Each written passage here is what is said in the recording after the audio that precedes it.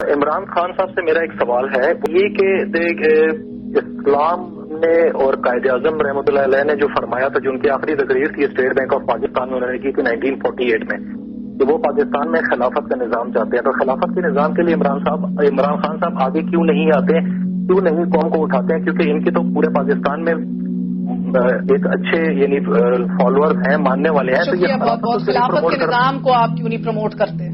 میں پہلے وہ نہیں اس کے لیے نہیں، میں نے اس کی تو آپ کی اسپیچ کا کلپ دکھانا ہے، پہلے آپ یہ جواب دے دیں پھر میں دکھاؤں. میں پہلے بس ڈرون اٹیکس کا صرف کہہ دوں کہ جب اس ملک کی حکومت چاہے ڈرون اٹیکس بند ہو سکتے، لیکن بدقسمتی یہ ہے کہ ہم ڈالرز کے غلام ہیں، ڈالرز کے پیچھے ہم اپنے لوگ مروا رہے ہیں، اور یہ پاکستان کی تاریخ کا سب سے شرمناک یہ فیز ہے.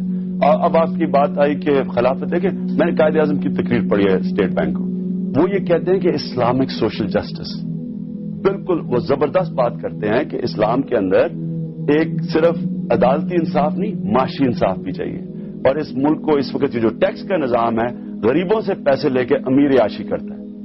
مغرب کے اندر امیر سے پیسہ ٹیکس لیا جاتا ہے اور عوام پہ خرچ کیا جاتا ہے. آپ کو لگتا ہے جس طرح کا سیٹ اپ ایران میں ہے وہ ادھر چل سکتا ہے، یا آپ اس کو سپورٹ کرتے ہیں؟ دیکھیں ایران کا اپنا سیٹ اپ ہے. میں سمجھتا ہوں کہ جو ہمیں دیکھنے چاہیے، دو ماڈل پاکستان کو سوٹ کرتے ہیں، ایک مہاتر محمد کا اچھا ملیشیا میں جو انہوں نے تبدیلی لے کے آئے، اور دوسرا اردوغان کا ترکی کے اندر جو وہ تبدیلی لے کے آئے. دیکھیں یہ مسلمان ملکوں میں بڑے زبردست ماڈل ہیں، انہوں نے اپنے ملکوں کو تبدیل کر دیا. مہاتر جب آیا تھا تو 35% لوگ غربت کی لکیر سے نیچے تھے، جب گیا 9% رہ گئے. ترکی نے جو ترقی کی ہے، جو چینجز لے کے آیا ہے، اور پھر جو اسرائیل کے اوپر فارن پالیسی کے اوپر سٹینڈ لیا ہے، یہ ترکی کے اندر تو ایک بالکل ایک اچھا، یعنی کہ 100% خلافت کے نظام کو آپ نہیں سپورٹ کرتے؟ نہیں، خلافت کا نظام کیسے آئے گا؟ مجھے تو اس کی ہاں یا نہ میں جواب دے دیں، کالر کا سوال تھا نا. نہیں، میں یہ کہہ رہا ہوں کہ خلافت کا مطلب کہ وہ کیسے، دیکھیں اس وقت مسلمان دنیا میں جمہوریت ہی آ جائے، حقیقی جمہوریت جو ابھی پاکستان میں نہیں ہے. اچھا، یہی آ جائے حقیقی جمہوریت، جیسی حقیقی جمہوریت آ جائے. اب دیکھیں جو نیچے سے آتا ہے اوپر جینوئن ڈیموکریٹ ہوتا ہے، وہ کیسا آزاد سٹینڈ لیتا ہے. مہاتر نے کیسا سٹینڈ لیا، اردوغان کیسا سٹینڈ لے رہا ہے. یہ ایران میں بھی کیسے ایک آزاد ملک ہے، سٹینڈ لیتا ہے اپنے ملکی مفادات کے لیے. دیکھیں امریکہ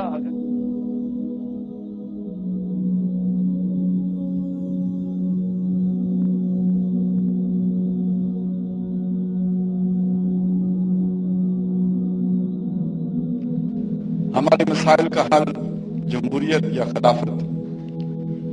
پھر یہ کہ آج کے دور میں خلافت کی صورت کیا ہوگی، اور خاص طور پر ہم مسلمانان پاکستان کے لیے زیادہ موزوں یا مناسب نظام کون سا ہو سکتا ہے،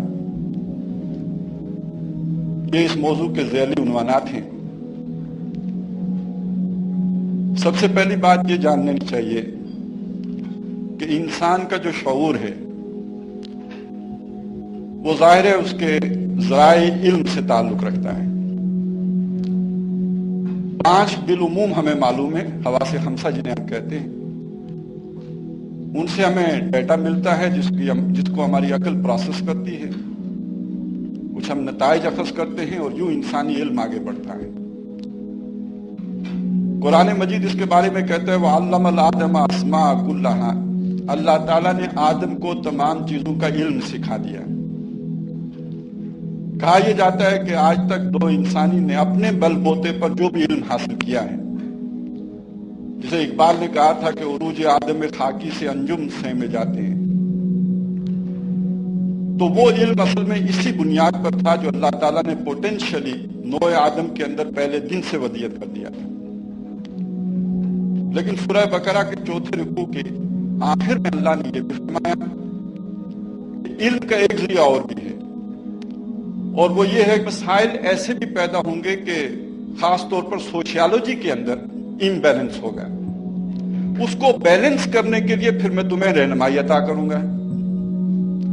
تو جو کچھ اس رہنمائی کو فالو کرے گا اس کے لیے نہ کوئی غم ہوگا، یعنی وہ تکلیف میں مبتلا نہیں ہوگا، مسائل سے دوچار نہیں ہوگا، نہ ہی اسے کوئی خوف لائق ہوگا. اس کا مستقبل بھی محفوظ ہو جائے گا، اس کے حال کے مسائل بھی حل ہو جائیں گے. انبیاء کرام در حقیقت انسان کی دنیا سنوارنے کے لیے آئے ہیں. دنیا آخرت کی کھیتی ہے.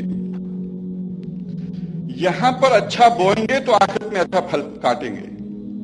دنیا کو اگر جہنم بنا دیں گے تو آخرت میں پھر اسی کا مزید سمجھے دنیا یہ ہے کہ coming events cast shadows before.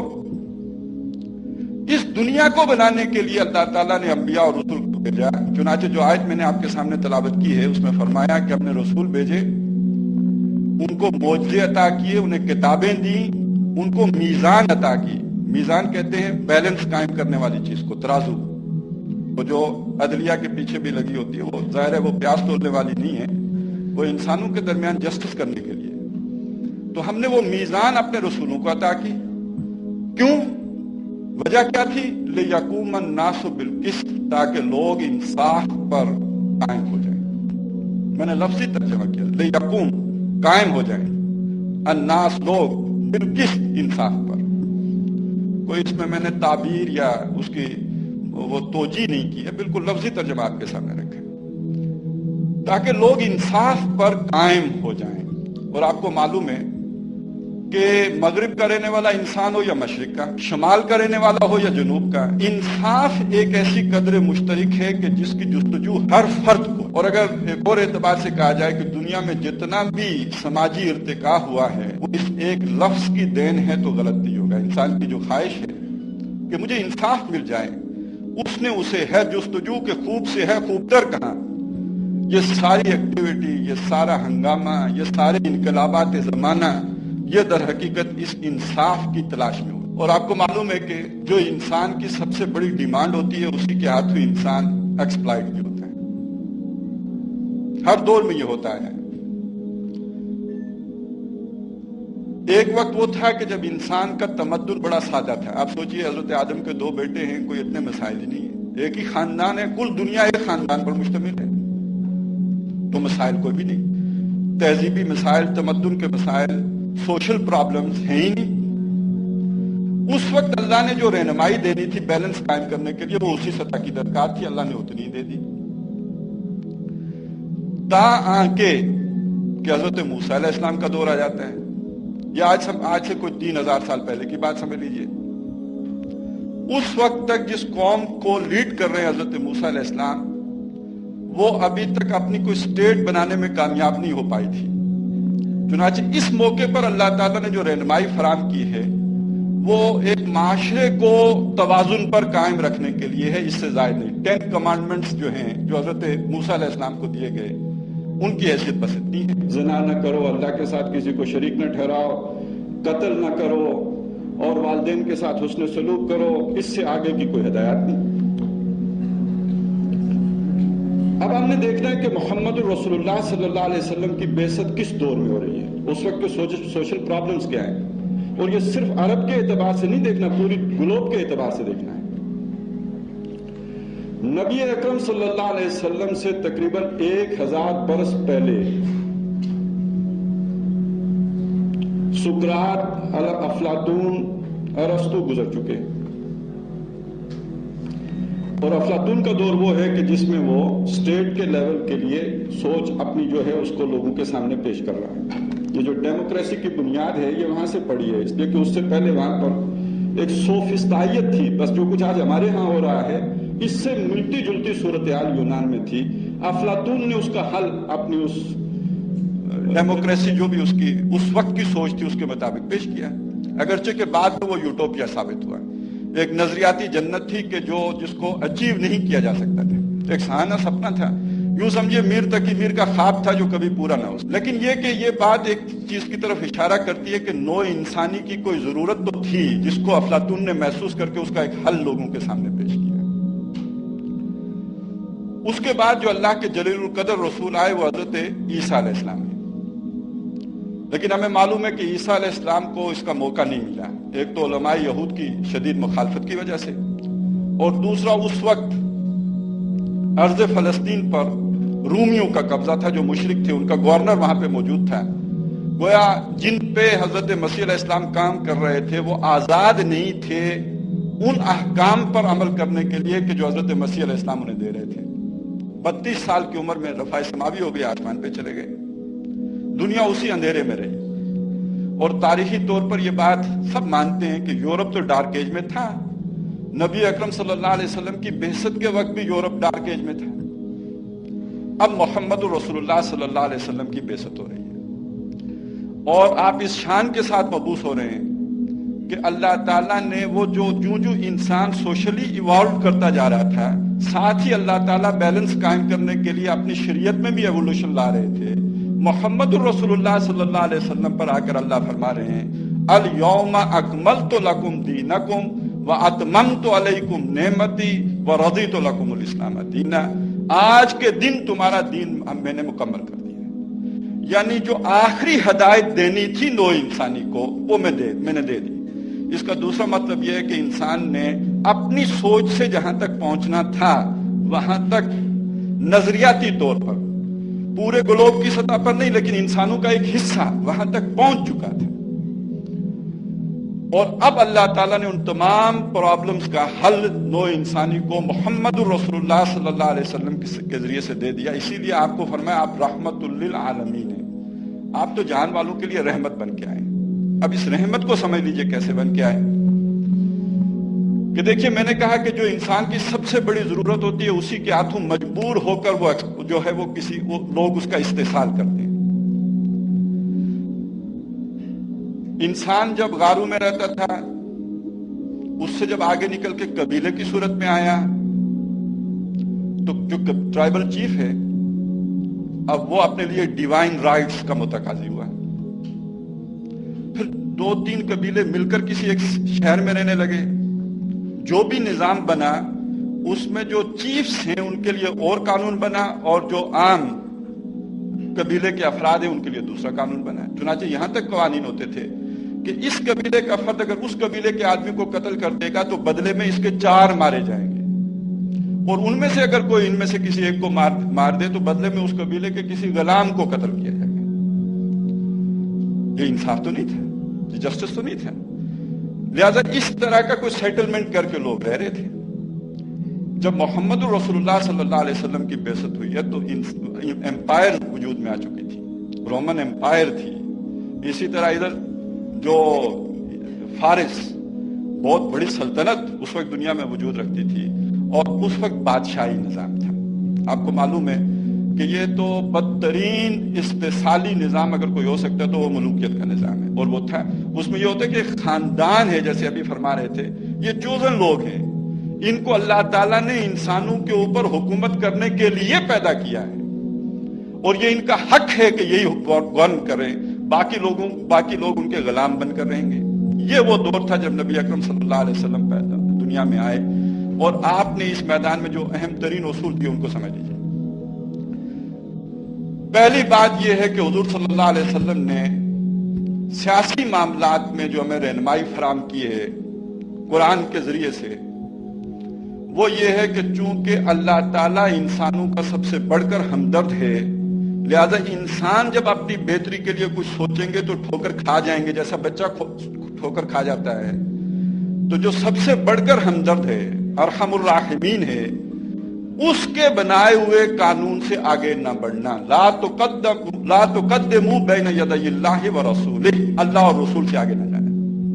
باقی تم آزاد ہو، اپنے معاملات میں جو قانون بناؤ بنا لو، لیکن کوئی ایسا قانون نہ بنا لینا کہ جو اللہ اور اس کے رسول کے کسی واضح حکم سے متصادم ہو۔ جیسے مقننہ قانون سازی کر سکتی ہے لیکن آئین سے متصادم قانون نہیں بنا سکتی، لمیٹیشنز ہیں اس کی بھی۔ اور اب اس سے اگلی بات یہ بھی ہے کہ وہ آئین میں بھی تبدیلی وہ جو پارلیمنٹ ہی کرے گی، لیکن یہ کہ آئین کا جو بیسک سٹرکچر ہے اس کو نہیں چھیڑے گی۔ جیسے ترکی میں ہمیں معلوم ہے کہ پارلیمنٹ کی 100% اکثریت بھی وہاں کے سیکولر سٹرکچر کے اندر کوئی چینج نہیں لا سکتی، کوئی ایک بیسک ہوتا ہے جس کو نہیں چینج کیا جا سکتا ہے۔ تو یہ تو گویا دنیا میں اس ڈیموکریسی کے اندر بھی ایک مسلمہ اصول ہے کہ کچھ بیسک چیزیں ہوں گی جس کو عظیم اکثریت بھی تبدیل نہیں کرے گی، اگر کہ تھیوریٹیکل ڈیموکریسی میں اس کی گنجائش نہیں ہے، لیکن ایکچولی ہوتا ہی ہے۔ وگرنہ وہ تھیوریٹیکل ڈیموکریسی اگر انڈیا میں ہو تو بات بالکل صحیح ہے، وہاں کی اکثریت کے ذریعے سے سیکولرزم کے سارے اصولوں کو پر عمل کرتے ہوئے بھی مسلمانوں کو بالکل محدود کیا جا سکتا ہے، لیکن یہ کہ وہ چونکہ اس سے مسئلہ آئے گا، پرابلمز آئیں گی، اور ایک بہت بڑی جو وہاں کی قوم ہے وہ بغاوت پر آمادہ ہو جائے گی. لہذا یہ ایک پریکٹیکل سولوشن ہے کہ جس کو لے کر اس وقت ہندوستان میں چلا جا رہا ہے. یہ کوئی پیور ڈیموکریسی نہیں ہے جو وہاں پہ چل رہی ہے, اس کی اسپرٹ نہیں ہے. بہرحال جو بات میں آپ کے سامنے عرض کر رہا تھا کہ نبی اکرم صلی اللہ علیہ وسلم نے پہلا اصول یہ دیا کہ یہاں کوئی قانون قرآن و سنت کے خلاف نہیں بنے گا. دوسرا اہم ترین اصول یہ ہے کونوا عباد اللہ اخوانا, تم سب کے سب اللہ کے بندے بن جاؤ آپس میں بھائی ہوتے ہوئے.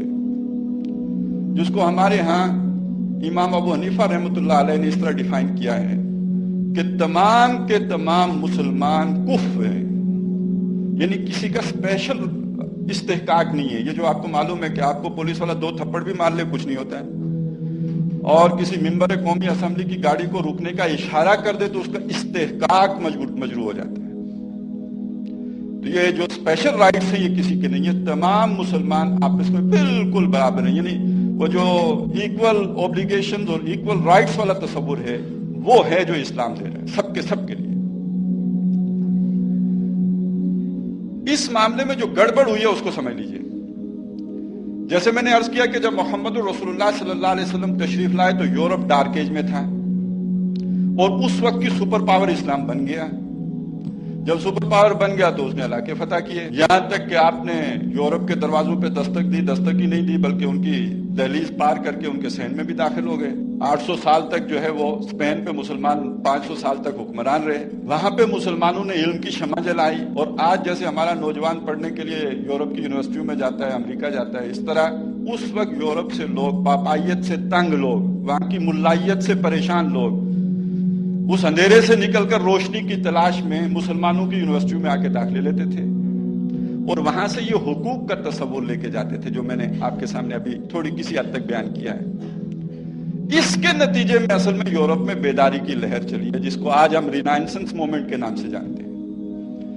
اور علامہ اقبال نے اس پورے پروسیس کو بڑی خوبی سے بیان کیا ہے کہ ہر کجا بینی جہان رنگ و بو آنکس خاکش برویت آرزو, یا کہ ز نور مصطفیٰ اوراد بہاست یا ہنوز اندر تلاش مصطفیٰ است. آج اگر جمہوریت ہے, کہیں پہ کمیونزم نے جنم لیا ہے, یہ سب کی سب نو انسانی کے لیے دین ہے محمد رسول اللہ کی صلی اللہ علیہ وسلم. اگر حضور انسانوں کو اپنے اس حقوق کے تصور سے آشنا نہ کرتے تو کوئی مارکس بھی پیدا نہ ہوتا, کوئی والٹیر اور روسو بھی کھڑا نہ ہوتا. یہ تو اسلام نے دنیا کو دیا ہے. ہر کجا بینی جہان رنگ و بو, جو کچھ بھی اس رنگ و بو میں آپ کو نظر آ رہا ہے یہ محمد الرسول اللہ صلی اللہ علیہ وسلم سے مستعار لیا گیا ہے, یا نو انسانی ابھی تک محمد الرسول اللہ کی تلاش میں ہے. اور اس کی جو تشریح ڈاکٹر رفیع الدین نے اپنی کتاب آئیڈیالوجی آف دا فیوچر میں کی ہے, اس میں وہ فرماتے ہیں یہ جو تھیسس اینٹیتھیسس کا چکر ہے ڈائلیکٹیکل میٹیریلزم کا, اس کا اینڈ ریزلٹ یہ نکلے گا کہ انسانیت آنکھ کھولے گی اور محمد رسول اللہ کے قدموں میں کھڑے پائے گی اپنے آپ کو. لیکن یہ کہ یہ پروسیس اب ریورس ہو چکا ہے. جو ایوولوشن پروسیس چل رہا تھا دنیا میں عرض کر رہا ہوں کہ وہ ریورس ہو چکا ہے. اس لیے کہ اس ایوولوشن پروسیس کی ٹاپ پہ اگر کوئی تھا تو وہ یو ایس اے تھا, برطانیہ نہیں. برطانیہ نے تو اپنی روایت پرستی کی وجہ سے جمہوریت کے اندر پیوند کاری کی ہے بادشاہت کی. ان کا وہ بادشاہ سلامت بھی اب بھی اور ملکہ بھی وہ موجود ہوتی ہے اپنے تمام تر گند کے سمیت. اگر کوئی پیور فارم ہے دنیا میں ڈیموکریسی کی, ایکچوئل نہیں اس کے قریب تر, جو تصورات والٹیر اور روسو نے دیے تھے وہ جمہوریت دنیا میں کبھی آئی نہیں ہے. چلے چلو کہ ابھی منزل نہیں آئی, لیکن اس سے قریب ترین اگر کوئی پہنچا ہے تو وہ امریکہ پہنچا تھا. لیکن 9/11 کے بعد وہاں پہ یہ پروسیس ریورس ہو چکا ہے.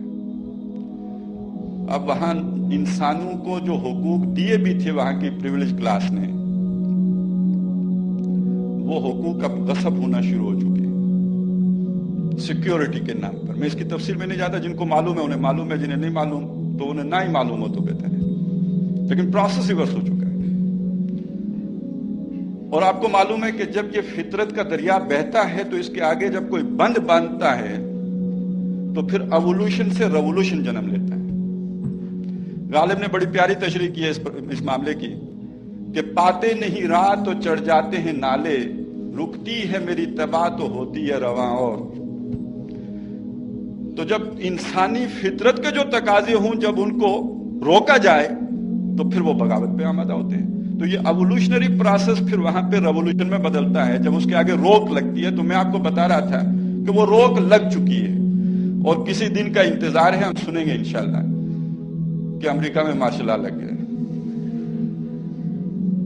امریکہ اس ایرے میں داخل ہو گیا جس میں ہم پاکستانی ارلی 50s میں تھے, جس کے نتیجے میں ایوب خان برآمد ہوئے تھے.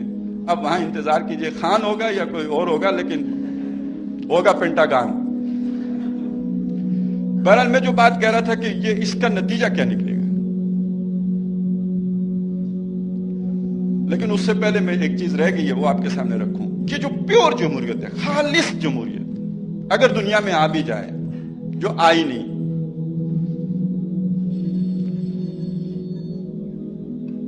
پھر بھی وہ انسانوں کے مسائل کا حل نہیں ہے. علامہ اقبال نے جو تنقید کی ہے وہ اس اصل جمہوریت ہی پر کی ہے. اقبال کہتے ہیں دیوے استبداد جمہوری کبا میں ہے پائے کو, تو سمجھتا ہے یہ آزادی کی ہے نیلم پری. تمہیں سپنا تو دکھایا آزادی کا جیسے ہمیں روٹی کپڑے مکان کا دکھایا تھا,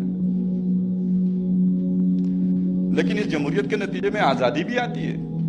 کہتے ہیں یہ استبداد کا دیو ہے, بادشاہ کم ظالم تھا, یہ بڑے ظالم ہیں. بادشاہ تو اپنی مخلوق کو جو بھی اس کی رعایا تھی اس کو اپنی بندے سمجھ کر پھر بھی جتنا غلاموں کو دیا جاتا ہے اتنا دے دیتے ہیں. یہ مکمل چوس لیتے ہیں, اس لیے کہ یہ سرمایہ داروں کی ڈکٹیٹرشپ ہے. وہ یہ اپنی ڈکٹیٹرشپ کیسے قائم کرتے, پریکٹیکلی ہوتا کیا ہے؟ پریکٹیکلی ہوتا یہ ہے کہ سرمایہ دار ہے, اس نے لوگوں کی آنکھوں اور کانوں پہ قبضہ کر لیا اپنے سرمایہ کے بل بوتے پر.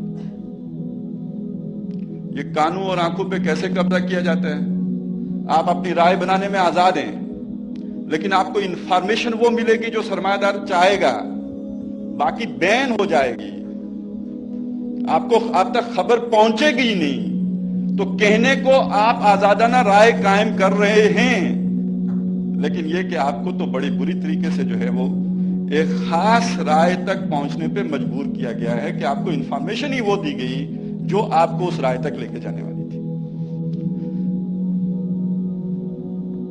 اور اس میں کردار ہوتا ہے سارا میڈیا کا, اور آپ کو معلوم ہے میڈیا کس کے سر پہ چلتا ہے؟ اشتہار کون دیتا ہے؟ سرمایہ دار. چنانچہ پھر جو اقبال نے جو شدید تنقید کی ہے, سب سے پہلے اسے منسوب کیا کہ یہ شیطانی نظام ہے. چنانچہ اقبال کہتے ہیں کہ شیطان کہہ رہا ہے اپنے ایلچیوں کو, ایک مجلس شورا ہے شیطان کی, اور ایلچی آ کے کہتے ہیں یار انسان جو ہے یہ بغاوت پہ آمادہ ہو گیا. ہم نے وہ جو بادشاہی نظام بنایا تھا اس بادشاہی نظام کے خلاف انسان نے بغاوت کر دی ہے, بڑا مسئلہ پیدا ہو گیا. تو بڑا شیطان انہیں سمجھاتا ہے پرابلم کوئی بھی نہیں ہے, ہم نے خود پہنایا ہے شاہی کو جمہوری لباس. جب سے آدم ہوا ہے خود شناس و خود نگر, جب محمد الرسول اللہ کے طفیل آدم کے اندر اپنے حقوق کا احساس پیدا ہوا ہے تو ہم نے دیکھا کہ یہ بادشاہی نظام اب نہیں چل سکتا, تو ہم نے اس بادشاہی نظام کو جمہوری نظام کی شکل دے دی. ہم نے کہا ایک فرعون ہوتا تھا, ایک نمرود ہوتا تھا, اب یہ نہیں چل سکتا, تم سب نمرود ہو. وہ ایک نمرود کے سر پہ 1 ٹن گندگی ہوتی تھی, ہم نے تولا تولا ماشا ماشا چتران تم سب کو منتقل کر دیا. لہذا میں بھی حاکم, تم بھی حاکم, اور ووٹ کے ذریعے سے میں اپنی حاکمیت منتقل کر دیتا ہوں اپنے نمائندے کو جس کو جا کے وہ ایکسرسائز کرتا ہے پارلیمنٹ میں. تو حاکم تو میں بھی ہوں, تو میں خوش ہوں کہ میں حاکم, عوام کی حکومت آ گئی ہے. میں پھر کہہ رہا ہوں, میں نظریاتی جمہوریت کی بات کر رہا ہوں. جو ہو رہا ہے اسے چھوڑیے وہ کتنی عوامی ہوتی ہے, لیکن اگر پیور فارم میں بھی ہو تو ہے تو یہ. اور پھر جو عملی تنقید کی ہے اقبال نے, ذرا اس پر توجہ دیجیے گا ضرور. الیکشن, ممبری, کونسل, صدارت بنائے خوب آزادی نے پھندے. کہنے کو آزادی ہے لیکن پھندے ہیں, مجبوریاں ہیں یہ ساری. میاں نجار بھی چھیلے گئے ساتھ, نہایت تیز ہیں یورپ کے رندے. اور مشورہ دیا ہے کہ اٹھا کے پھینک دو باہر گلی میں، نئی تہذیب کے انڈے ہیں گندے۔ اب یہ دیکھیے کسی مولوی کے اشعار نہیں سنا رہے آپ کو، شاعر مشرق، مبشر پاکستان، مصور پاکستان کے اشعار سنا رہے ہیں، جن کو کہتے ہیں ہم اقبال کی ڈیموکریسی ملک میں لانا چاہتے ہیں، یہ اس اقبال کے اشعار ہیں۔ اور آخری بات اقبالی کی، پھر کل ہی گزرا ہے نا یوم پیدائش اقبال ہم نے منایا ہے، چلیں اس انداز میں بھی منا کے دیکھ لیتے ہیں۔ یہ جو خاص طور پہ مغربی جمہوریت ہے، اس کے بارے میں اقبال کہتے ہیں کہ اس مغربی جمہوریت کا چہرہ تو بڑا روشن ہے، کیا تو نے دیکھا نہیں مغرب کا جمہوری نظام؟ چہرہ روشن، اندرون چنگیز سے تاریک تر۔ یعنی وہ فرعون اتنا برا نہیں ہوتا تھا، چنگیز اتنا برا نہیں ہوتا تھا جتنا یہ مغربی نظام جو ہے جمہوریت کا، یہ برا ہے۔ یہ پھر ساری باتیں اقبال کی میں نے آپ کے سامنے رکھی۔ اور ہمارے لیے تو خیر جو کچھ جمہوریت ہم نے بھگتی ہے، یہ بات صحیح ہے کہ ہمارے ہاں کوئی نظام آ ہی نہیں سکا، 63 برس میں ہمارے ہاں کوئی نظام نہیں آ سکا، جس کی وجہ سے ہم کوئی پہچان ہی نہیں کر پائے کیا صحیح ہے کیا غلط ہے۔ وگرنہ پیور جمہوریت ہی آ چکی ہوتی تو ہم آج تک کسی نتیجے پہ پہنچ چکے ہوتے کہ ہمارے مسائل کا یہ حل نہیں ہے۔ ابھی تک جمہوریت کے ساتھ ہمارے افیئرز چل رہے ہیں، میرج نہیں ہوئی، ہو گئی ہوتی تو پتہ چل گیا ہوتا کہ کتنے پانی میں ہے۔ بہرحال اب میں دوسرے سوال کی طرف آتا ہوں کہ یہ جو جمہوریت اور خلافت کی فارم کیا ہوگی آج کے دور میں؟ کوئی مشکل نہیں ہے۔ یہ جو جمہوری سیٹ اپ ہے، جسے میں نے کہا کہ امریکہ کا سب سے زیادہ ایوالوڈ اور ارتقاء یافتہ ہے، آپ اسی کو اٹھا کے لے آئیے، سارا سٹیٹ کرافٹ وہی لے آئیے، ایک تبدیلی کر لیجئے بنیادی اس میں کہ یہاں کوئی قانون قرآن و سنت کے خلاف نہیں بنے گا۔ کوئی چوزن پیپر رکھنے کی ضرورت نہیں ہے کہ صرف ان میں سے سلیکٹ ہوں گے، اتنی داڑھی اس کی سائز ہو، چوڑی داڑھی اتنی ہو، قد فلانا ہو، نمازیں اتنی پڑھی ہوں، کوئی ضرورت نہیں اس کی۔ نیک آدمی کی ضرورت نہیں ہے، برا نہ ہو، برا نہ ہو، نیک ہو نہ ہو اس سے سوال ہی نہیں ہے۔ میں پھر کہہ رہا ہوں پورا امریکی سسٹم اٹھا کے لے آئیے، صرف اس کے اندر یہ تبدیلی مان لیجئے یہاں کوئی قانون قرآن و سنت کے خلاف نہیں بنے گا، اس لیے کہ اسلام نے اصول دیے ہیں خلافت کے، کوئی خاص سسٹم نہیں دیا کہ اس طرح ہوگا یا اس طرح ہوگا۔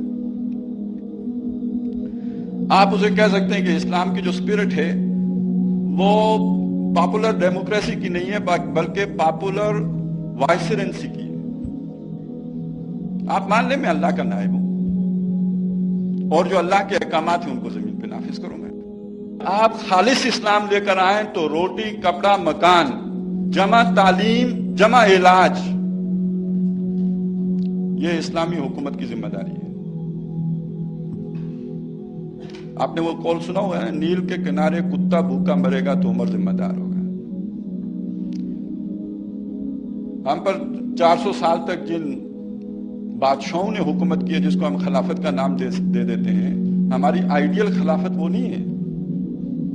ہماری آئیڈیل خلافت وہ ہے جو نبی اکرم صلی اللہ علیہ وسلم کے دور کے ساتھ متصل ہے، اور وہاں جو تصور ہمارے سامنے آتا ہے وہ یہ ہے کہ وقت کا خلیفہ رات کو گلیوں میں گردش کرتا ہے کہ کوئی شخص بھوکا نہ سویا ہو، ایک گھر سے رونے کی آواز آتی ہے، پتہ چلتا ہے کہ خاتون خانہ جو ہے وہ بچے کو اس لیے دودھ نہیں پلا رہی کہ بچہ دودھ چھوڑ دے اور اس کے بعد اس کا وظیفہ جاری ہو جائے۔ اسٹیٹ وظیفہ جاری کرتی ہے جب بچہ دودھ چھوڑتا ہے، اس سے پہلے وہ نیچرل فیڈنگ ہو رہی ہے اس کی، لہذا اسٹیٹ وظیفہ نہیں دے رہی، وہ دودھ چھڑوانے کی کوشش کر رہی ہے، بچہ رو رہا ہے۔ خلیفہ واپس جاتا ہے، نیا آرڈیننس جاری کر دیتا ہے، کل سے جو بچہ پیدا ہوگا اسی دن سے اس کا وظیفہ جاری ہو جائے گا۔ کمپیئر ہو سکتا ہے آج کے دور کے ساتھ اس بات میں کسی بھی درجے میں؟ ایک بات اور بتاؤں، اسی طرح کی معمول کی گشت پر ہے خلیفہ، ایک گھر سے کراہنے کی آواز آ رہی ہے، معلوم ہوتا ہے کوئی خاتون اکیلی ہے گھر میں اور وہ درد ذہ میں مبتلا ہے، ڈیلیوری کا معاملہ ہے اور کوئی اس کی دیکھ بھال کرنے والا نہیں۔ خلیفہ واپس اپنے گھر جاتے ہیں اپنی اہلیہ کو لے کے، خاتون اول، اور وہ آ کے دائیا کی حیثیت سے اس خاتون کے ساتھ اس کی مدد کرتی ہے اور وہ وہاں پہ بچہ جو ہے جنم لیتا ہے۔ تو اسلام نے جو خلافت کا نظام عطا کیا اس میں خلیفہ ذمہ دار ہے، مکلف ہے، اللہ کے ہاں جواب دہ ہے اس بات کا کہ اس کی رعایا کس حال میں زندگی بسر کر رہی ہے. تو صرف روٹی کپڑا مکانی مسئلہ نہیں، تعلیم اور علاج بھی.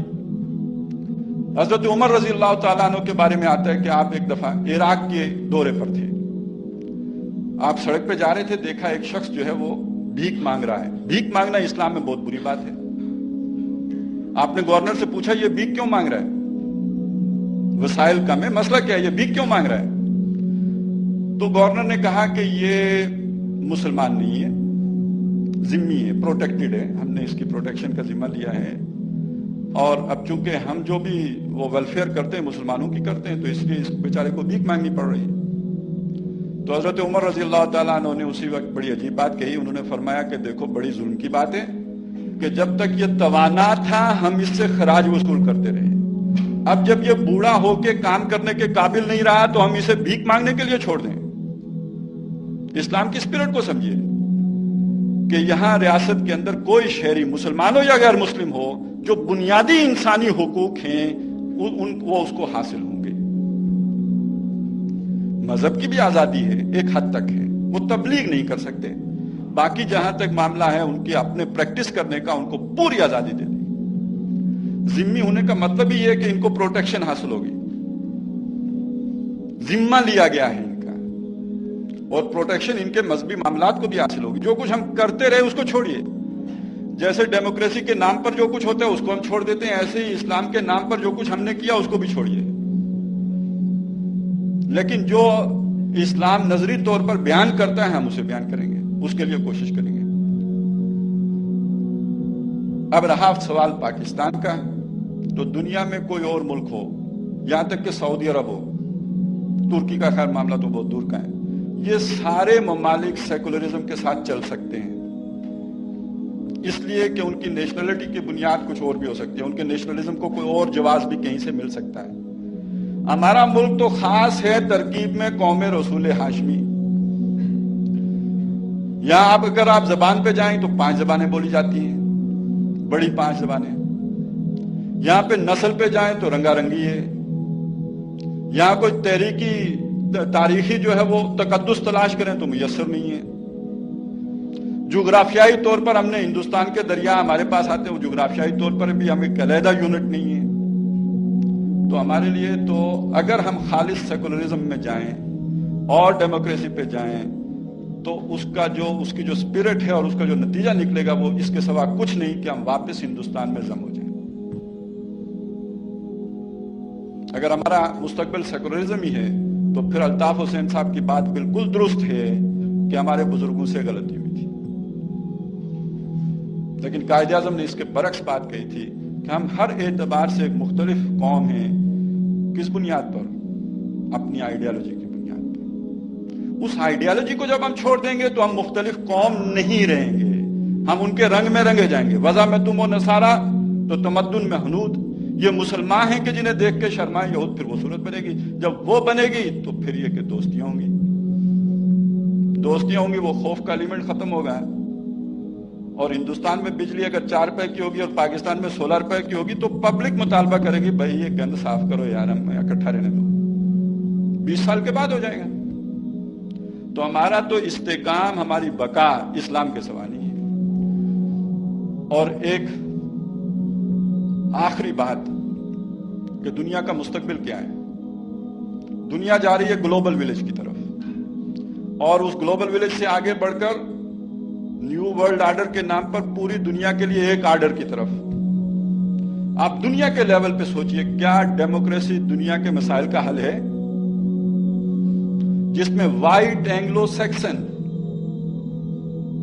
دنیا کے اوپر پوری طرح چھائے ہوئے ہیں، جو حکمران ہیں وائٹ کلاس، جو پہلے برطانیہ میں تھے وہیں سے وہ چلے گئے امریکہ،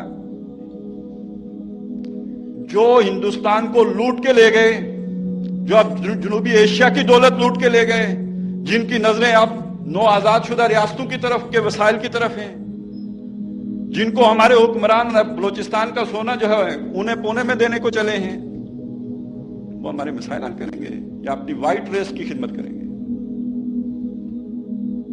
تو پوری دنیا کے لیے بھی اگر کوئی نظام ہو سکتا ہے تو اس کا ہو سکتا ہے کہ جس کے نبی نے کہا تھا کہ لا فضل لعربین علی عجمین ولا لعجمین علی عربین ولا لاحمر علی اسود ولا لاسود علی احمر.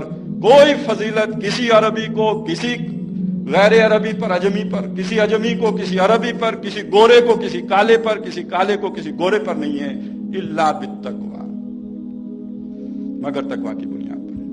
کلکم من آدم، تم سب کے سب آدم کی اولاد ہو، گورا کالا فلانا ٹینگا سب. وآدم من تراب، اور آدم مٹی سے تھے.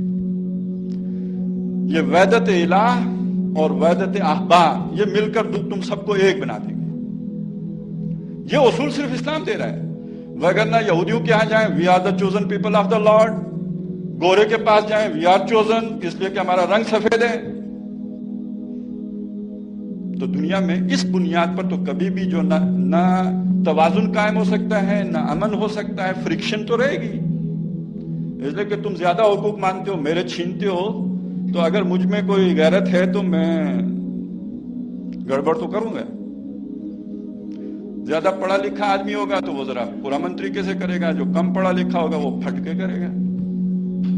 گڑبڑ تو رہے گی، امن تو نہیں ہوگا. ظلم بھی کرو اور امن بھی چاہو. تو جب کامل جو جسے کہتے ہیں توازن ہوگا، عدل ہوگا، انصاف ہوگا تو امن ہوگا. اور وہ انصاف صرف اللہ کا نظام دے سکتا ہے. اور نبی اکرم صلی اللہ علیہ وسلم نے اس آخری دور کی یہ خبریں دی ہیں. کل دنیا پر ایک نظام حکومت قائم ہونا ہے، ایک گورنمنٹ ہوگی، لیکن وہ ڈیموکریسی کی نہیں ہوگی، وہ خلافت کی ہوگی. وہ ساری حدیثیں میں نہیں سنا سکتا، وقت ختم ہو گیا ہے. اقبال کے اشعار سنا دیتا ہوں جو انہی حدیثوں کی ترجمانی کرتے ہیں. اقبال کہتے ہیں آسماں ہوگا سحر کے نور سے آئینہ پوش، اور ظلمت رات کی سیما پا ہو جائے گی. پھر دلوں کو یاد آ جائے گا پیغام سجود، پھر جبھی خاک حرم سے آشنا ہو جائے گی. آنکھ جو کچھ دیکھتی ہے لب پہ آ سکتا نہیں، میں بھی حیرت ہوں کہ دنیا کیا سے کیا ہو جائے گی. اور نتیجہ کیا ہے کہ شب گریزاں ہوگی آخر جلوائے خورشید سے، یہ چمن معمور ہوگا نغمہ توحید سے انشاءاللہ. جزاک اللہ. تھینک یو سو مچ. کرنا چاہوں گا کہ دیکھیے یہ جو نظام کو تبدیل کرنے کا طریقہ سمجھا گیا نا الیکشن، یہ نظام اس سے تبدیل نہیں ہوتا، حکومت تبدیل ہوتی ہے.